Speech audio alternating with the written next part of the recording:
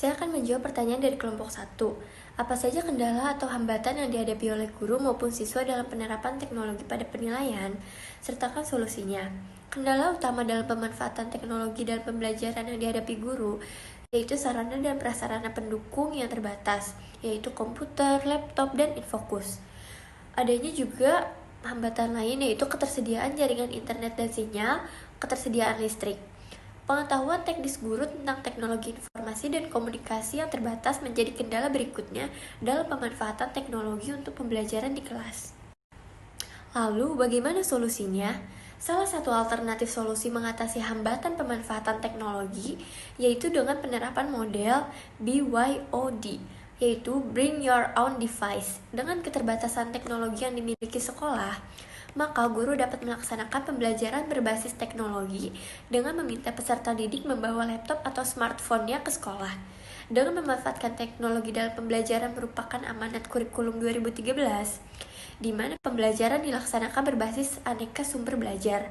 Jadi, guru tidak lagi menjadi satu-satunya sumber belajar. Di samping itu, berdasarkan prinsip pembelajaran kurikulum 2013, yaitu adanya pemanfaatan teknologi dapat meningkatkan efisiensi dan efektivitas pembelajaran. Maka dari itu, penting sekali bagi guru menggunakan teknologi dalam pembelajaran, mulai dari tahap perencanaan, pelaksanaan, sampai dengan penilaian hasil belajar itu sendiri. Saya akan menjawab pertanyaan dari kelompok 1. Saya akan menjawab pertanyaan dari kelompok 2. Pertanyaan pertama yaitu terkait fungsi nilai pada poin umpan balik pada orang tua.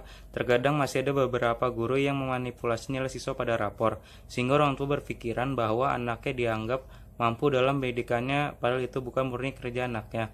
Menurut kelompok 8, bagaimana solusi akan hal seperti itu? Yaitu solusinya kemendidikan dan kebudayaan menjadikan nilai rapor sebagai satu indikator kelulusan siswa.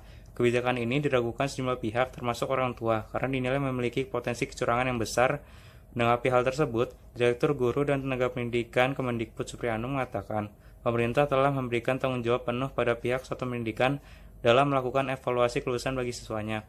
Oleh sebab itu, menurut kelompok kami berharap para guru bisa memanfaatkan momentum ini untuk membangun kepercayaan masyarakat pada sekolah. Kami yakin para guru dan kepala sekolah memiliki komitmen untuk melaksanakan tugasnya dengan baik dan benar. Menurut Supriyatno juga memastikan bahwa petunjuk pelaksanaan dan petunjuk teknis terkait kelulusan siswa tahun ini telah disampaikan oleh Kemendikbud pada guru.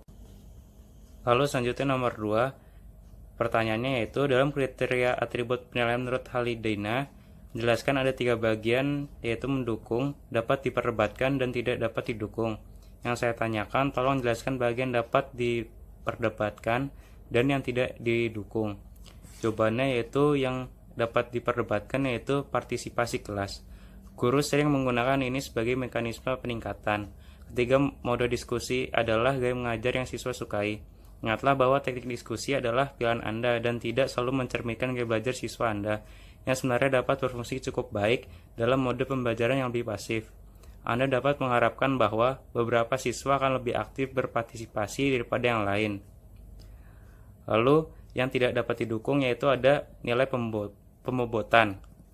Jika ada ketidakseimbangan dalam pembobotan nilai, mungkin karena Anda tidak menyadari bagaimana siswa Anda sebenarnya menghabiskan waktu mereka.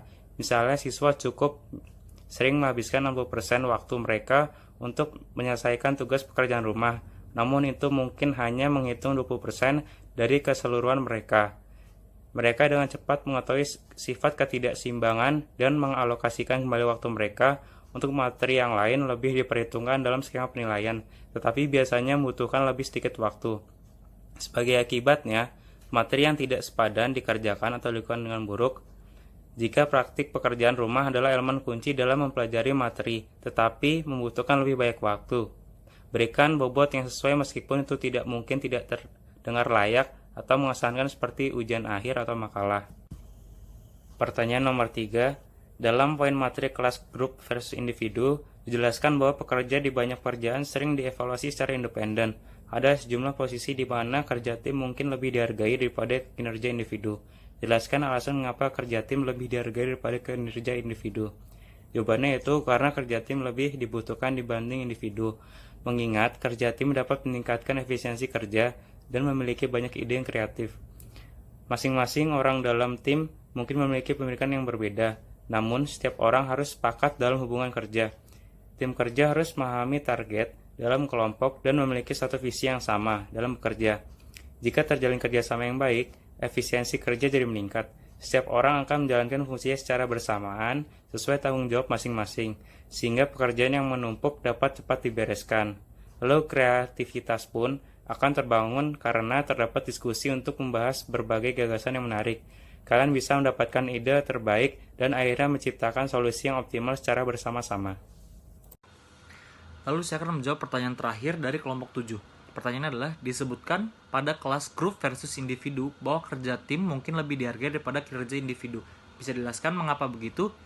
Nah, menurut saya dalam mengerjakan tugas, kerja tim atau kerja kelompok cenderung lebih dihargai karena dalam mengerjakan tugas kelompok ada beberapa manfaat yang bisa didapatkan ketimbang daripada kerja individu, yaitu yang pertama, bisa bertukar pikiran sesama anggota kelompok, dan yang kedua, tugas dapat terbagi dan dikerjakan lebih cepat. Yang ketiga, tugas dapat dibagi menurut keahliannya masing-masing. Keempat, beban tugas masing-masing anggota menjadi lebih ringan. Lalu yang kelima ada, kalau ada biaya tugas, bisa dibuat patungan sehingga bisa lebih hemat. Terima kasih. Saya akan menjawab pertanyaan dari kelompok 4. Pertanyaan pertama yaitu, menurut Anda, apa kelebihan dan kekurangan dari raport dengan format seperti itu, dan apakah itu lebih baik untuk orang tua dalam membaca hasil belajar siswa dan juga perkembangan siswa selanjutnya? Jawabannya yaitu, penghapusan sistem ranking murid memang menjadi pro kontra antara orang tua, guru, dan pihak sekolah. Sekolah menunjukkan sikap tegas menghapus sistem ranking yang berakibat kerepotan menghadapi tuntutan orang tua. Orang tua berpendapat, dengan mengetahui ranking anaknya, maka mereka mengetahui seberapa jauh daya saing anaknya dibanding murid yang lain. Lagi pula, sebagian perguruan tinggi mensyaratkan data ranking sebagai syarat mendapatkan rekomendasi. Meski ini merupakan salah satu salah kaprah terbesar perguruan tinggi dalam memilih calon mahasiswa. Lalu pertanyaan kedua, dari beberapa aspek pertimbangan dalam memberikan nilai yang telah dipaparkan, aspek manakah yang memiliki pengaruh besar dalam proses penilaian? Mohon dijelaskan alasannya. Aspek yang memiliki pengaruh besar yaitu ada aspek pengetahuan. Penilaian kompetensi pengetahuan merupakan aspek penilaian yang sudah sangat dikenal oleh para guru. Penilaian kompetensi pengetahuan ini salah satunya meliputi tes tulis, seperti pilihan ganda, menyodohkan benar salah, melengkapi, uraian singkat, dan masih banyak lagi beberapa jenis dan teknis dalam tes tulis untuk penilaian kompetensi pengetahuan. Soal tes tertulis yang menjadi penilaian autentik adalah soal-soal yang menghendaki peserta didik merumuskan jawaban sendiri, seperti soal-soal uraian. Soal-soal uraian menghendaki peserta didik mengemukakan atau mengekspresikan gagasannya dalam bentuk uraian tertulis dengan menggunakan kata-kata sendiri, misalnya yang mengemukakan pendapat, berpikir logis, dan menyimpulkan. Lalu pertanyaan ketiga, apakah dalam melakukan penilaian seorang guru telah menerapkan prinsip-prinsip dalam penilaian? Berikan contoh bagaimana prinsip itu diterapkan. Prinsip merupakan sebuah kebenaran yang diterima sebagai dasar berpikir atau bertindak. Jadi prinsip dapat diartikan sebagai sesuatu yang menjadi dasar pokok berpikir, berpijak, dan bertindak. Sebuah prinsip sangat penting digunakan, apalagi dalam pembelajaran. Pembelajaran dapat mengalami kegagalan, salah satu penyebabnya adalah tidak diterapkannya prinsip-prinsip dalam pembelajaran. Lalu prinsip-prinsip yang harus diterapkan oleh guru yaitu prinsip pertama, kesiapan. Dalam proses pembelajaran yang paling utama yaitu harus dalam keadaan siap. Siap di sini diartikan bahwa peserta didik harus siap menerima materi yang akan disampaikan oleh guru. Lalu prinsip yang kedua yaitu perhatian. Perhatian dalam pembelajaran memiliki peranan yang sangat penting. Lalu yang ketiga ada motivasi. Motivasi dapat diartikan sebagai dorongan.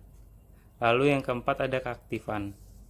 Menurut Halidia, kriteria atribut penilaian ada berbagai macam. Lalu penilaian manakah yang paling efektif untuk digunakan oleh pengajar?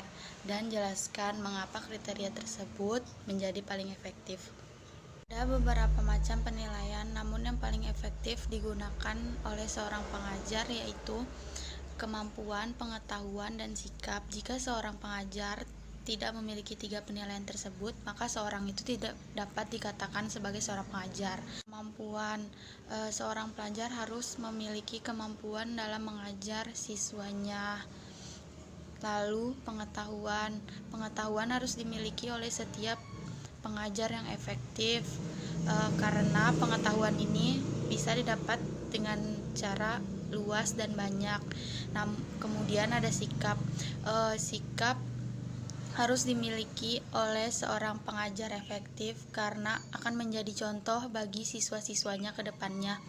Menurut Halidea, kriteria atribut memberikan contoh kinerja siswa yang dapat dinilai melalui kriteria penilaian demonstrasi, pameran, dan eksperimen. Dari demonstrasi yaitu meningkatkan motivasi belajar siswa yang ditunjukkan dengan hasil wawancara. Hari pameran yaitu yang pertama hari kemerdekaan, yang kedua hari pertanian, yang ketiga pesta panen raya, yang keempat pesta laut. Kemudian eksperimen. Contoh dari eksperimen yaitu contoh riset eksperimen tanpa kontrol grup, yang kedua contoh riset eksperimen dengan kontrol grup. Pertanyaan dari kelompok 6 yaitu, mengapa kehadiran masuk siswa juga termasuk ke dalam penilaian? Sedangkan yang kami ketahui, penilaian merupakan tentang sejauh mana siswa itu memahami materi, dan bagaimana jika siswa yang sering bolos akan tetapi mampu dalam memahami materi. Membolos merupakan salah satu bentuk dari kenakalan siswa. Membolos disebut kenakalan siswa karena membolos merupakan perilaku yang mencerminkan pelanggaran siswa terhadap peraturan sekolah itu sendiri. Kewajiban sekolah selain mengajar yaitu juga berusaha membentuk pribadi anak menjadi manusia yang berwatak baik, sesuai adat istiadat dan tata krama. Mengajar tidak hanya sekedar memberikan pengetahuan dalam hal mata pelajaran, tetapi lebih kepada usaha untuk membentuk pribadi santun dan mampu berdiri sendiri. Jadi dalam penilaian pun tidak hanya melihat hasilnya, melainkan pula prosesnya. Pengetahuan dan juga sikap yang dimiliki seseorang harus seimbang dengan baik. Pertanyaan dari kelompok 6 yaitu, mengapa kehadiran... Saya akan menjawab pertanyaan dari kelompok 7. Pertanyaan pertama dari kelompok 7 ada, bagaimana penggunaan dari 10 kriteria yang mendukung penilaian? Apakah bisa digunakan semua atau hanya bisa memilih beberapa? Dalam 10 kriteria pendukung penilaian tersebut, semua kriteria penilaian dapat digunakan untuk melihat hasil dan proses perkembangan peserta didik di kelas. Tergantung pada kondisi kelas, ingin memakai kriteria yang mana. Seorang guru juga akan mempertimbangkan baiknya metode mana yang akan berjalan baik dan efektif dalam sebuah pembelajaran dilihat dari antusiasme dan keikutsertaan dari peserta didik di kelas itu sendiri. Terima kasih. Lalu saya akan menjawab pertanyaan terakhir dari kelompok 7. Pertanyaannya adalah, disebutkan pada kelas grup versus individu bahwa kerja tim mungkin lebih dihargai daripada kinerja individu. Bisa dijelaskan mengapa begitu?